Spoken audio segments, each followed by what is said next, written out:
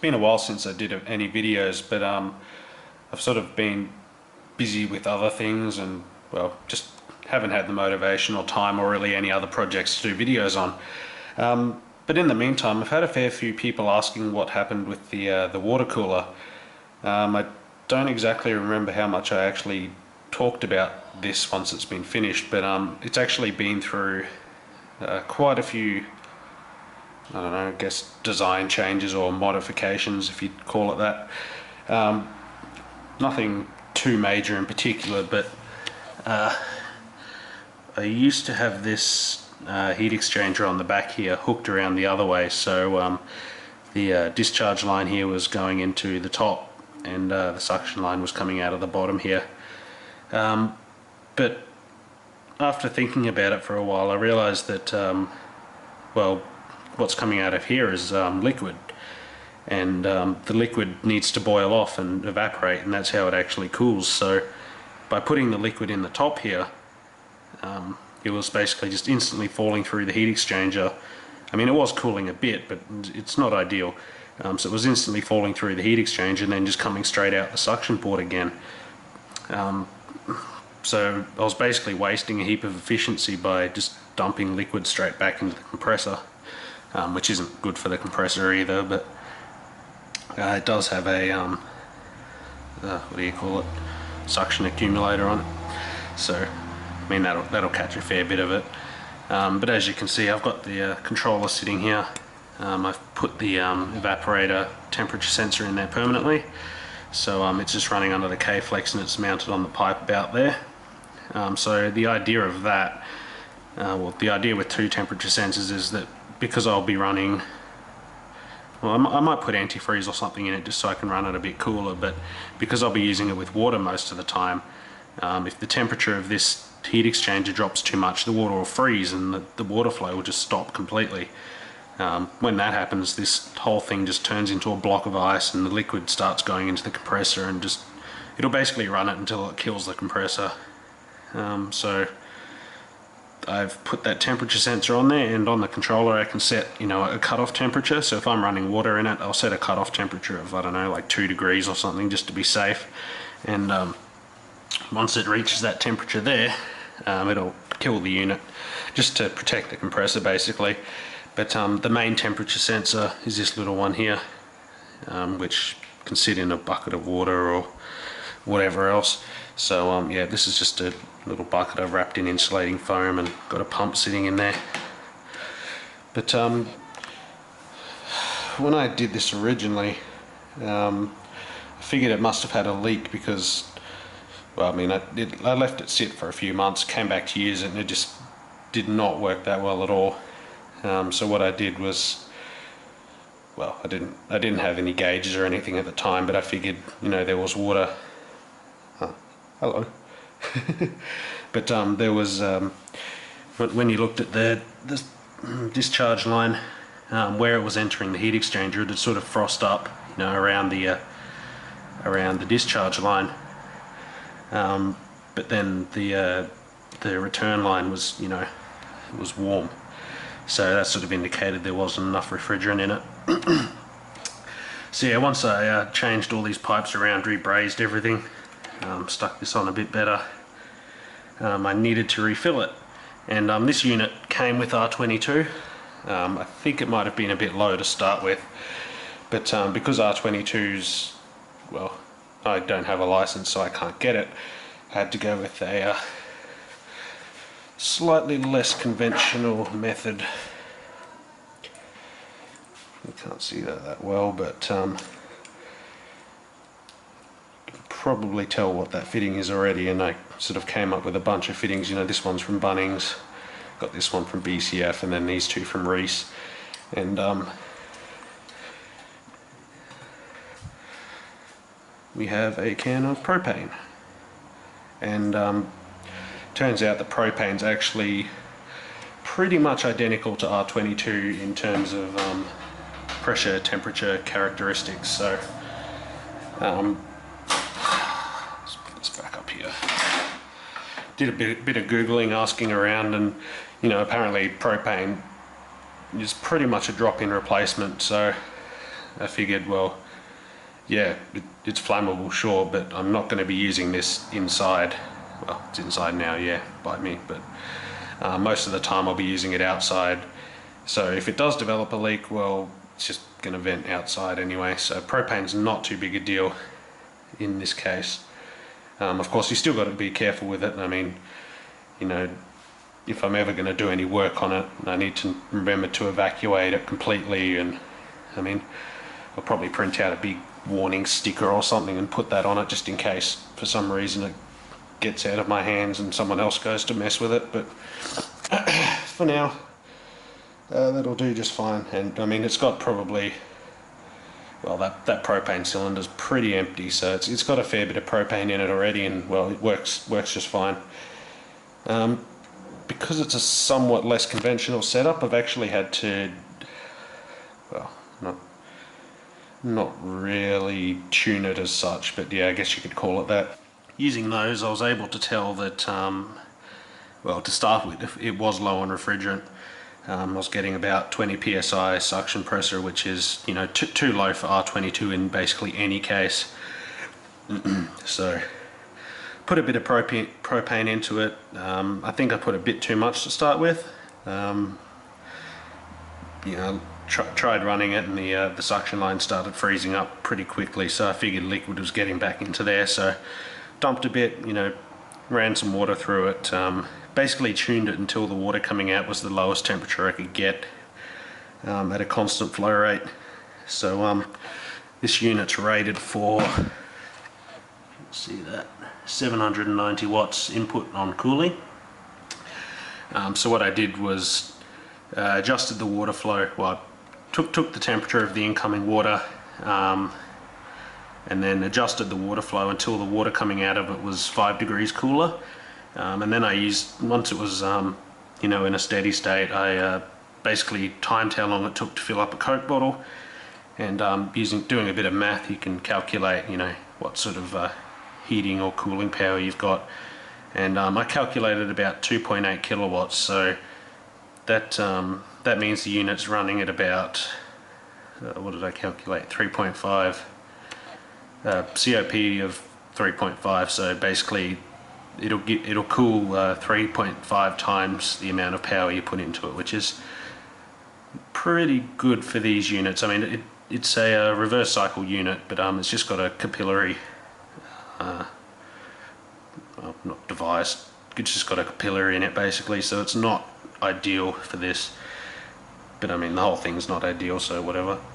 I can't run it in reverse mode, just because this you know, the pipes, the lines is too short, and the heat exchanger just can't hold the volume of refrigerant, and the pressure just gets way too high. So it's basically a cooling only unit, which is fine with me. I don't need heating in cans. So my idea with this thing, apart from just being, you know, a high powered water cooler, is I could use it as a I don't know, a portable split system. So I was actually down at the tip the other day, and I came across this thing, which is missing a coil at the moment, which I've pulled out. They were in, it's basically a cold room evaporator, so it's designed to have refrigerant running through it. I've modified it for water, so I took the coils out, and I've decided to put them in parallel, just to get higher water flow through it. So that turns out to be actually perfect for what I wanted. And the funny thing was, this is brand new, it was still in the plastic bag, and I got it for 15 bucks. Looked online and they're worth about, you know, 1200 new, so, you know, pretty good score for something that's new as well. But I've just stuck 2 little water adapter barb fittings on the back, and I'm just waiting on a new high pressure pump, because those coils do take a fair bit of pressure to get any decent water flow through. I can get water flow through with this one, but there's the label on it.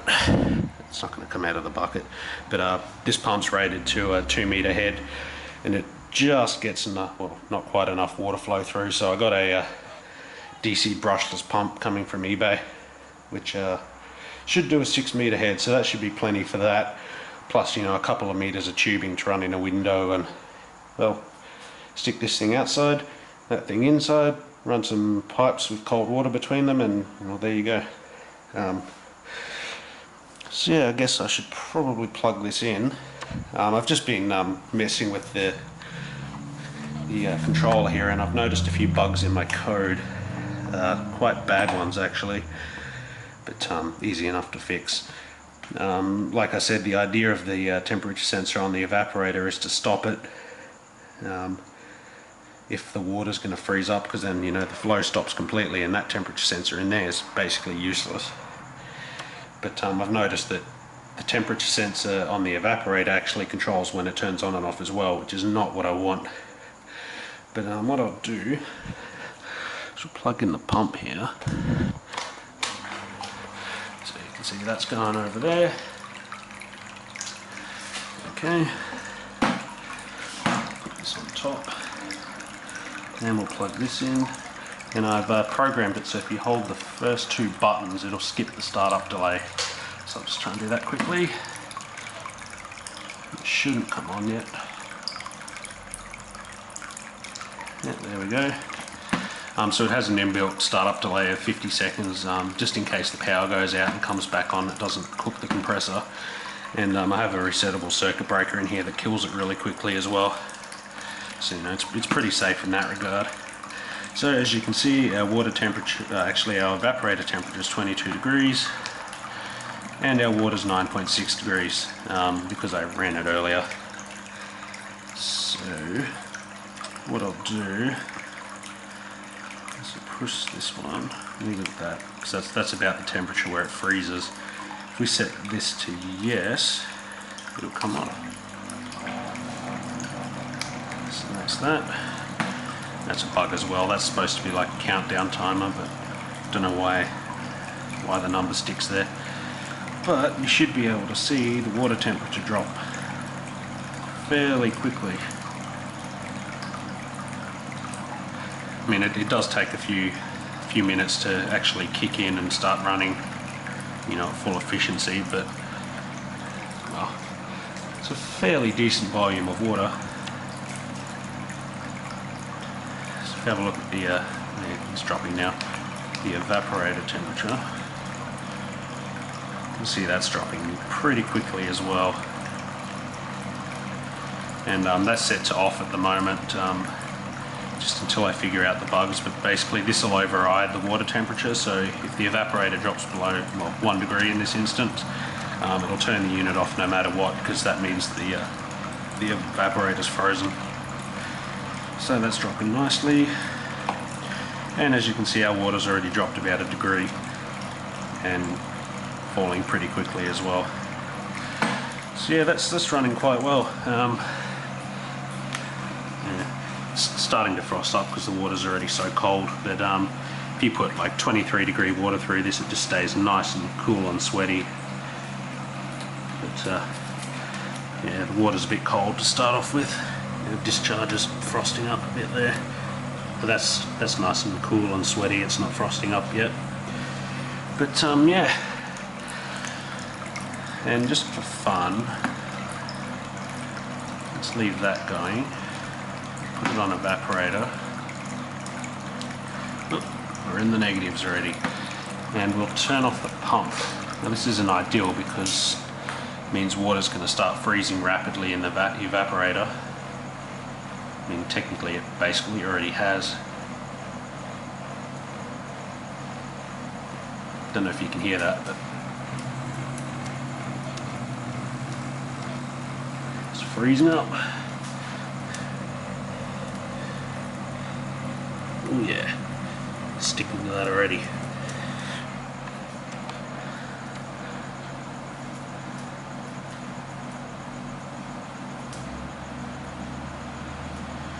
But I mean, it's not good to run it like this because, well, it doesn't have any heat to move, so all of that freezing cold evaporating refrigerant is going straight back into the compressor as a liquid, and it's not too bad at the moment.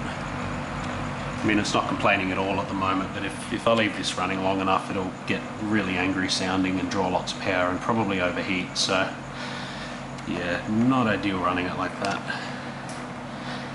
So I've seen that get to about -30, and that's when I decided to kill it. So if we go back to this, I'm trying to press buttons through the screen here. There we go. Never remember which one it is. But yeah, still a few little bugs and things to work out, but apart from that, it's doing pretty well. I mean, for something that's so bodged together anyway, this thing's running so much out of spec that, I mean, it'll probably die in 2 years' time, but whatever. It's something I got from the tip, and well, it's a fun experiment, so nice and cold. Oh, those pipes are solid. Get those any colder, you could probably crack them. But yeah, that's sort of what I've been mucking around with. There's the other heat exchanger there. I need to, these are the original refrigerant lines. I need to connect those together somehow. And those will be the two where the water goes in. And they're pretty hefty coils, so you can see why, you know, you need a fair bit of pumping power to get water through them.